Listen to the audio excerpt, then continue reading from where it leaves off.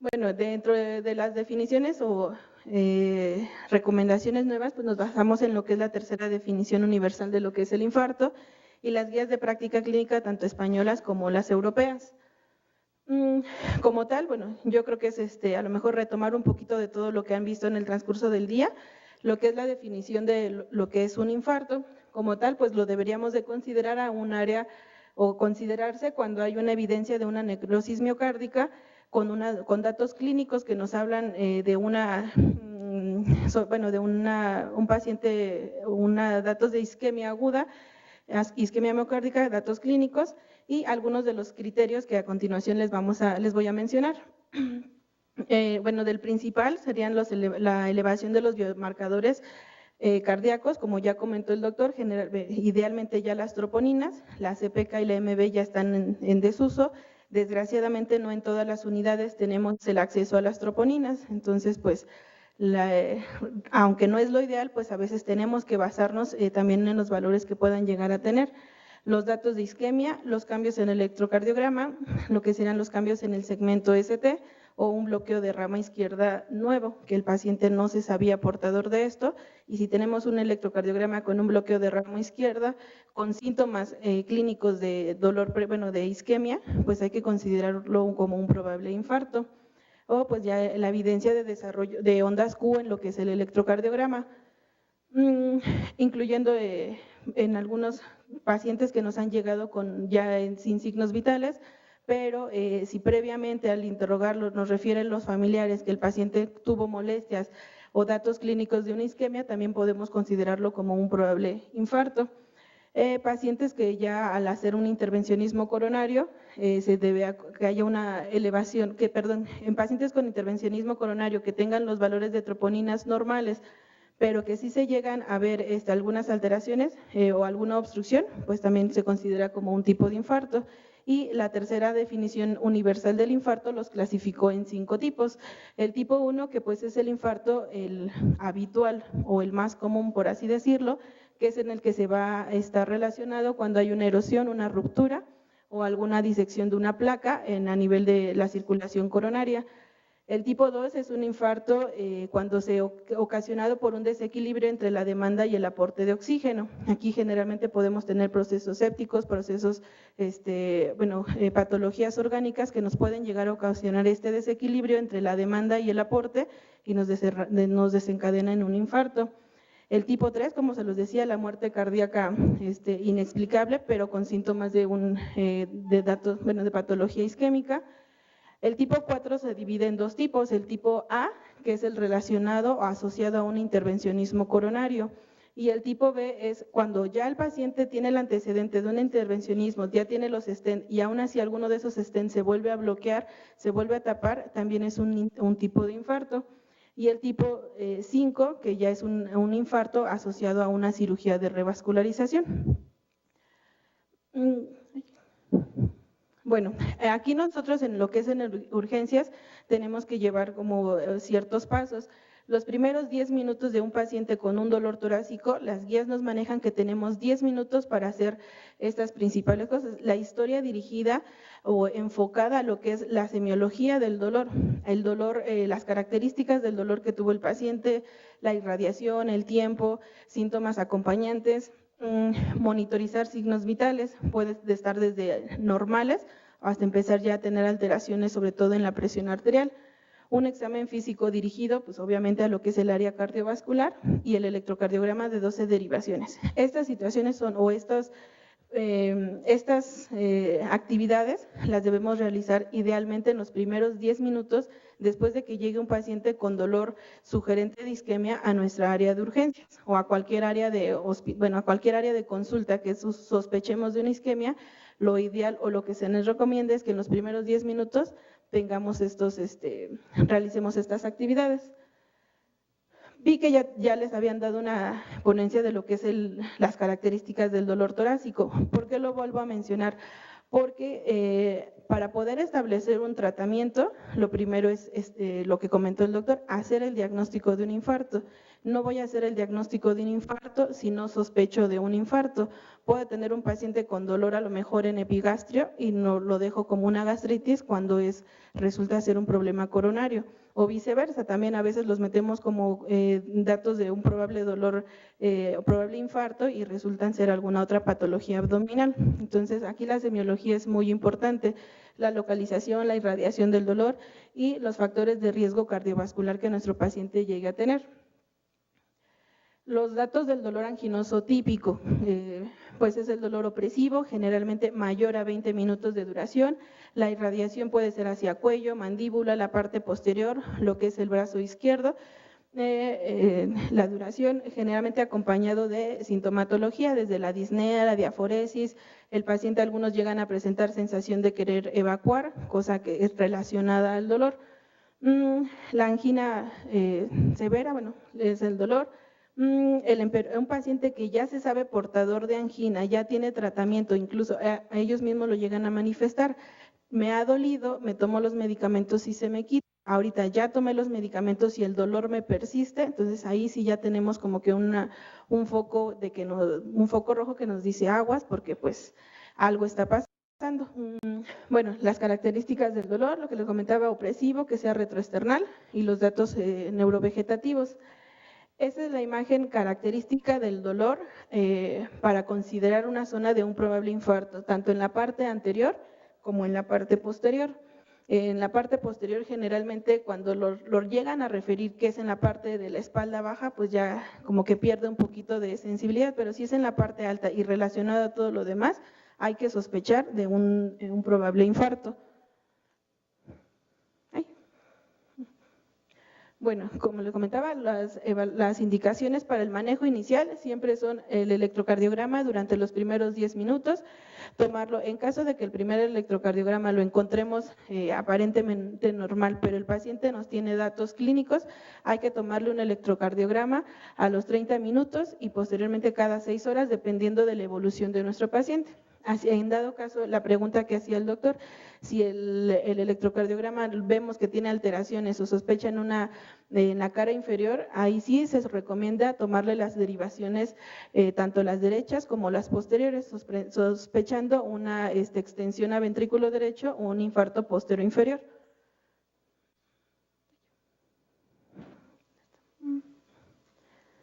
Bueno, la troponina, ya lo comentó igual el doctor, ¿por qué se utiliza más la troponina que la CPK para evaluar lo que es el daño miocárdico? La ideal es la troponina T. Y en dado caso de que la primera no salga negativo, pero el paciente tiene los datos clínicos, lo ideal es no dejar a ese paciente ir, mantenerlo en observación y repetir los estudios. Lo ideal, que no en todos lados tenemos, es realizar un ecocardiograma. ¿Por qué? Porque también nos puede ayudar a hacer diagnósticos diferenciales, desde una pericarditis, una miocarditis o alguna otra lesión que pueda darnos un dolor muy característico, pero no es un infarto. Lo ideal es poder realizar un ecocardiograma. Repetimos, desgraciadamente no en todos los lados tenemos un ecocardiograma disponible al momento que nuestro paciente llega.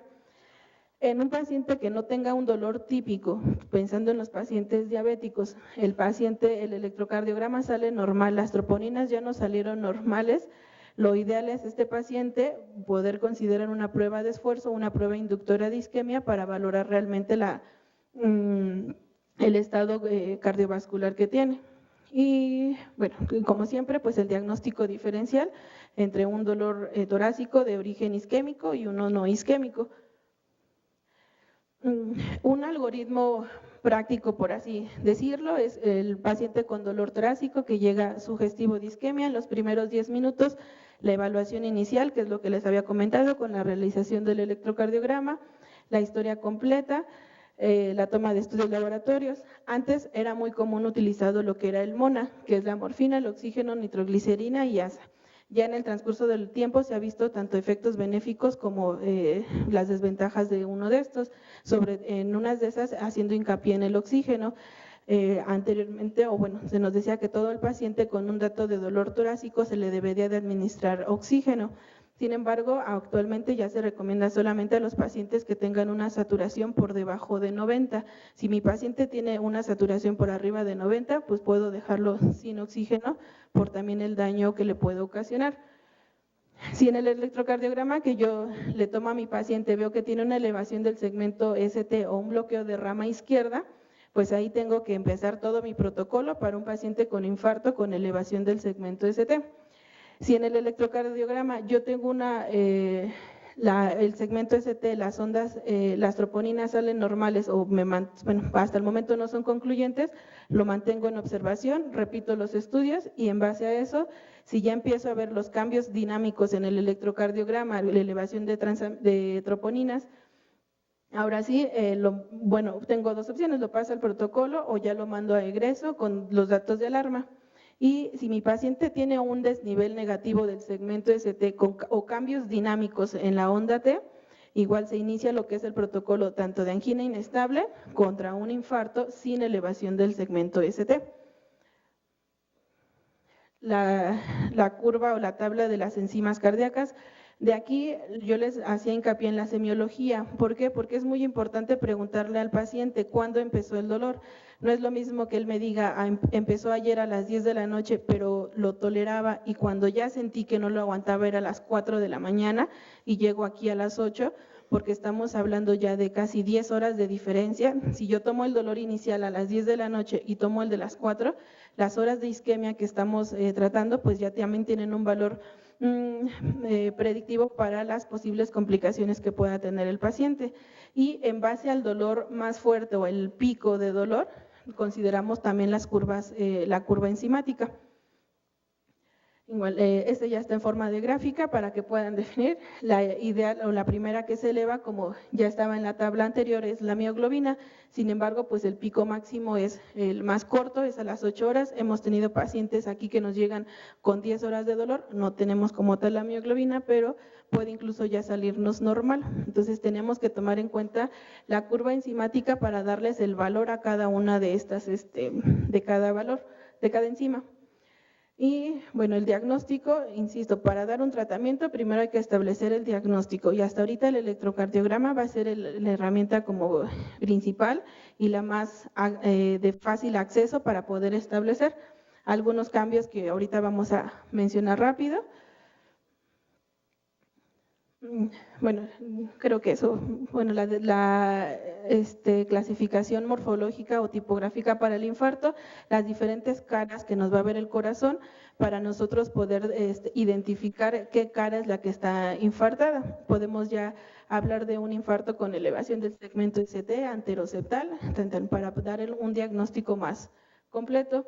Lo que son en la cara inferior, ahí es donde entra la cara posterior inferior, ahí necesitamos los cambios en la D2, D3, ABF y en las derivaciones B7 y B8, igual en los posterolaterales.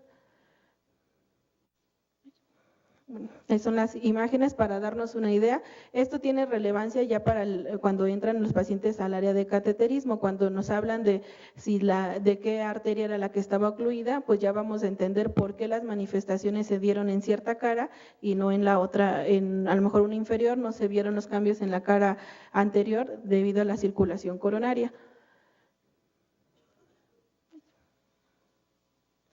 Aquí, digamos, de la evolución como tal de un infarto, la fase hiperaguda son en las primeras 4 o 6 horas. Son pocos pacientes nos llegan en esta etapa, la mayoría nos llegan en la fase aguda, que son posteriormente a las 6 horas. La fase subaguda son de 3 semanas en adelante. En estas todavía hablábamos de una angina posinfarto o un paciente que se sometió a cateterismo y que pudo tener algún stent, algún problema. Se puede presentar en la fase subaguda o en la fase crónica, que son 2 o 3 meses posterior al evento. Bueno, aquí como les comentaba hace ratito, son los cambios evolutivos del infarto. ¿Por qué? Porque a veces tenemos, bueno, en la figura A, generalmente el primer complejo es un electrocardiograma, un complejo normal, por así decirlo. En los primeros minutos, la primera alteración que se va a ver en el electrocardiograma es la onda T. Es una onda T que se va a volver hiperaguda y de ramas simétricas. Posterior a esto ya empieza a ver, en el tercer diagrama empieza a ver una ligera elevación de lo que es el punto J. Todavía no se nos va a elevar el segmento ST como tal. Empieza a haber una elevación del punto J, que ya en el cuarto, quinto, ya vamos a ver como tal la evolución, la elevación franca del segmento ST o la imagen en bandera que comúnmente se le llama. Pero la importancia aquí, como les comentaba, es poder sospecharlo. Si yo tengo un paciente con dolor torácico, yo tengo un paciente con un dolor típico y síntomas, si tengo un electrocardiograma con una onda T hiperaguda y lo dejo ir, pues probablemente ese paciente en el transcurso de las horas se me va a infartar y no lo detecté.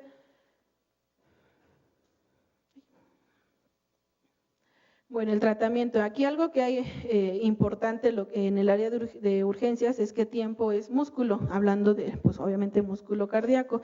Mientras más tiempo pase, las complicaciones también pueden llegar a ser más graves para nuestro paciente.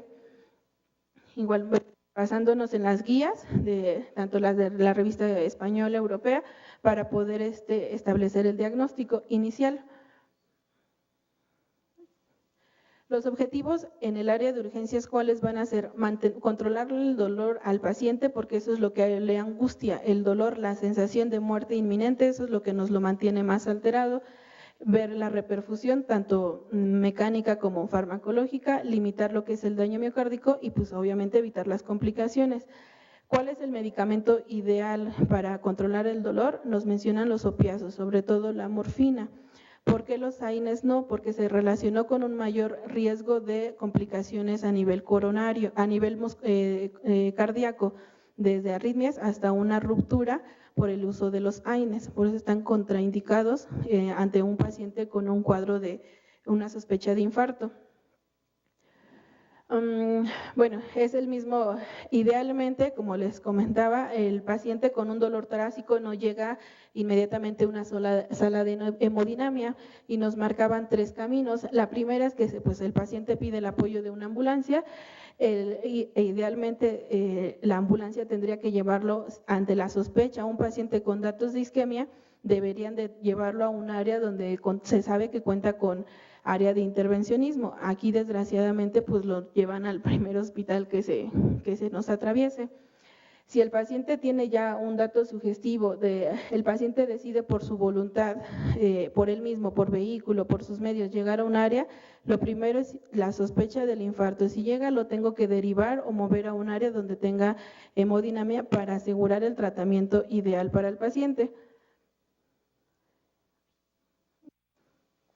Aquí tenemos el tipo de tratamiento, tanto un tratamiento buscando la reperfusión del paciente y medicamentos anexos. Entre la reperfusión vamos a ver que son tanto farmacológicos como mecánicos y los medicamentos adjuntos, que son todos los antiagregantes plaquetarios, antitrombóticos, lo que son los IECAS, los inhibidores de la glucoproteína 2B3A, beta bloqueadores y estatinas.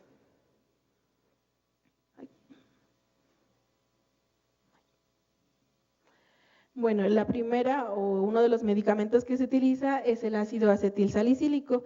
Este generalmente nos maneja una dosis inicial de 162 miligramos o a una dosis de 300, el rango de o una dosis de 325 miligramos, manteniendo una dosis con una dosis de mantenimiento desde 75 a 162 miligramos.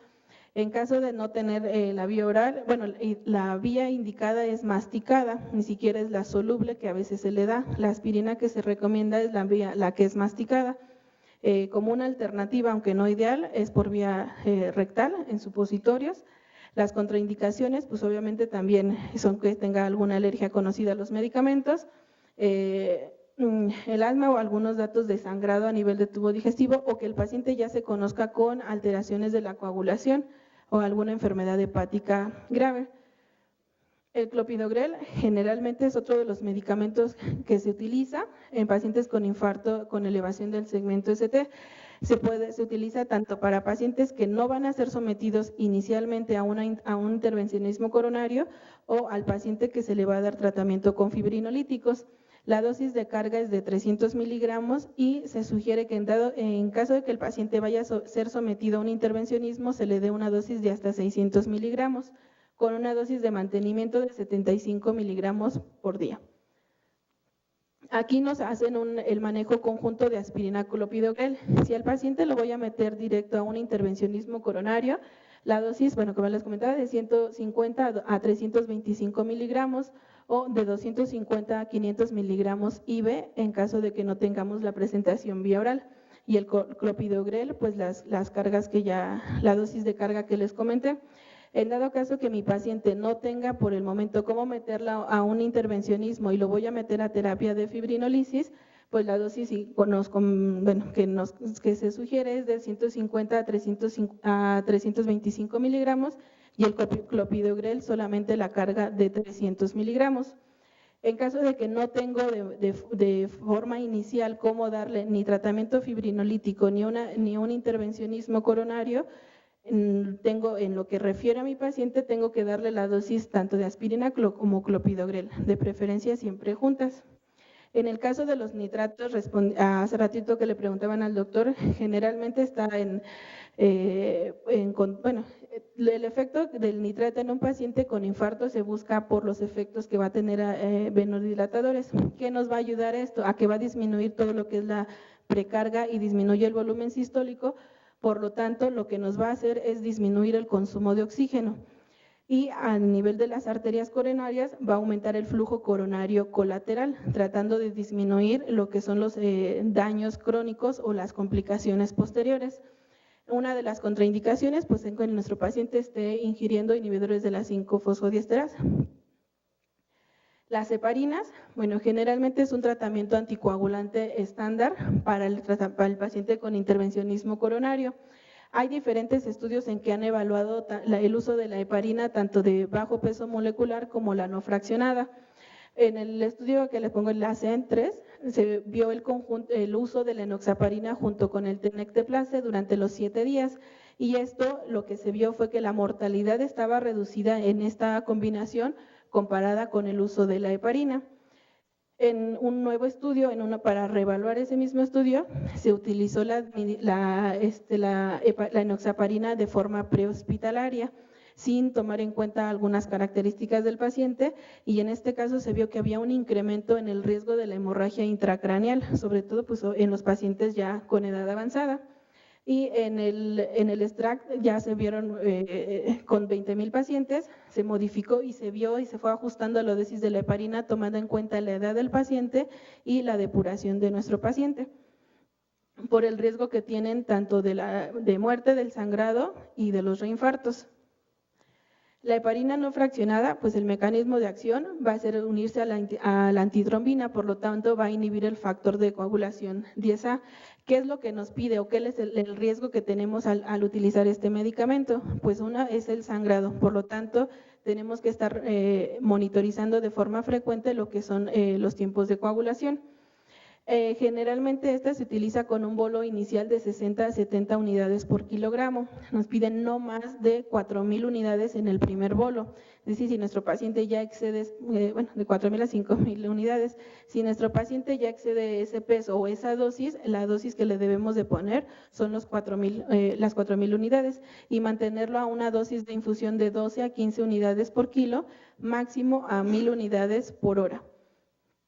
Las heparinas de bajo peso molecular, que es la ahorita que se utiliza más, por así decirlo, se va a utilizar a la antitrombina, tiene una actividad ante el factor 10A y tiene una absorción completa por la vía subcutánea.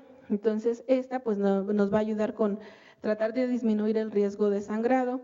Y lo que también hay que tomar en cuenta es la depuración de creatinina de nuestro paciente. Todas estas hay que ajustarlas también a la dosis renal. Bueno, en caso de no contar con ninguna de estas dos, tenemos una tercera que es un inhibidor, los anteriores son inhibidores directos, indirectos del factor 10A. Contamos todavía con un inhibidor directo del factor 10, que es la fondaparinux. Esta, tiene su vía de eliminación también renal, por lo tanto hay que tomar en cuenta la función renal de nuestro paciente. Y la dosis recomendada es de 2,5 miligramos de forma subcutánea y con esta se ha visto un menor riesgo de sangrado posterior al tratamiento. ¿Qué más? En el caso de los betabloqueadores, el estudio ISIS-2 nos hablaba mucho de lo que es el atenolol. Esta, a diferencia de otros, lo que hacía era reducirnos la mortalidad por el infarto en un 15% en los primeros 7 días en comparación a otros beta bloqueadores. El otro estudio se utilizaba, bueno, comparó el uso o estudió el efecto, los beneficios del metoprolol administrado de forma IV.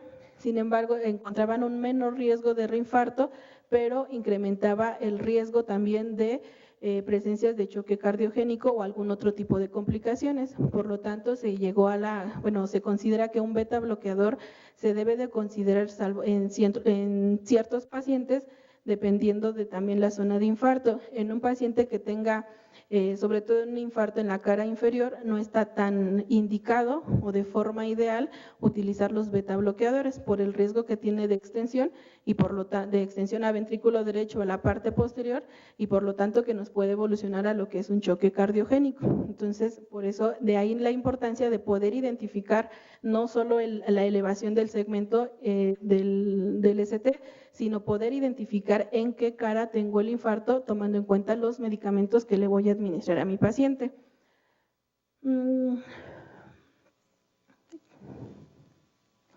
Las IECAS, bueno, son el más utilizado, que sería el enalapril. Generalmente estos, lo que se ha visto es que disminuye un poco, ayuda a disminuir los datos, no solamente en un paciente hipertenso, podemos utilizar un IECA en un paciente que no se sabe hipertenso para ayudarnos o favorecer la remodelación ventricular, nos va a disminuir el riesgo de que nuestro paciente pueda desarrollar una insuficiencia cardíaca y la dosis va desde 2.5 miligramos hasta 25 miligramos que pueda llegar a ocupar nuestro paciente y lo ideal es empezarlo a utilizar en las primeras 24 horas de iniciado el dolor. Las estatinas, bueno, también nos van a ayudar, no solamente, o no lo buscamos en un paciente solamente con antecedentes de dislipidemia. Si sabemos que nuestro paciente o él se sabe que no tiene ningún problema de este tipo, también está recomendado utilizarle las estatinas. El medicamento de elección o el que más se ha utilizado es la torvastatina y tiene efectos pleiotrópicos, lo que nos va a favorecer un poquito a la circulación o a disminuir la zona de, bueno, tratar de contrarrestar, la hipoxia que está ocasionada por la obstrucción de la arteria. Entonces, lo ideal también es utilizar las estatinas. En dado caso de que el paciente no tolere, también se puede utilizar la ezetimiba. Bueno, los inhibidores de las glicoproteínas, esto es lo que van a utilizar, bueno, la forma de actuar, van a actuar uniéndose al receptor plaquetario y por lo tanto van a inhibir la formación o la unión del fibrinógeno a la zona lesionada y por lo tanto la agregación plaquetaria. Generalmente este se utiliza más en los que son considerados unos infartos sin elevación del segmento ST. Generalmente, las tres presentaciones comerciales que hay es el Apiximab, el Eftivida y el Tirofibran. Bueno, el tratamiento fibrinolítico, ya si yo tengo a mi paciente ya en un área de urgencias o en el área donde yo esté, no tengo cómo poder trasladar a mi paciente a un área donde haya hemodinamia, tengo mi opción que era la reperfusión, tanto lo que era la fibrinolisis, que sería con los fármacos. Contamos aquí con diferentes fármacos, lo que es la streptokinasa, que es de 1.5 millones desde los primeros 30 minutos. El más generalmente ya no se utiliza tanto por el riesgo que tiene de sangrado que se llegó a presentar y a veces no lo podíamos, bueno, no hay cómo contrarrestar el efecto. El que sigue es el alteplase, tenemos una dosis inicial, un bolo de 15 miligramos, posteriormente sigue una dosis de 0.75 miligramos por kilo en los primeros 30 minutos y pues después una dosis de los 0.25 miligramos por kilo para las siguientes horas, dándonos una dosis máxima de 100 miligramos. Posterior a esto, pues no hay que, aunque nuestro paciente por peso le corresponda otra dosis, ya no es recomendable dárselo más que nuestra dosis máxima. Y lo que es el tenecteplase, que sería nuestro bolo, que son, bueno, esto ya nos lo vamos a ir clasificando por los kilogramos de peso. Si a mi paciente… Si a mi paciente yo le estoy dando el tratamiento fibrinolítico, aquí tenemos que considerar los criterios los criterios para que la terapia, veamos que nuestra terapia está dando resultados, que son pues la disminución del dolor, los cambios electrocardiográficos y la elevación de los marcadores cardíacos.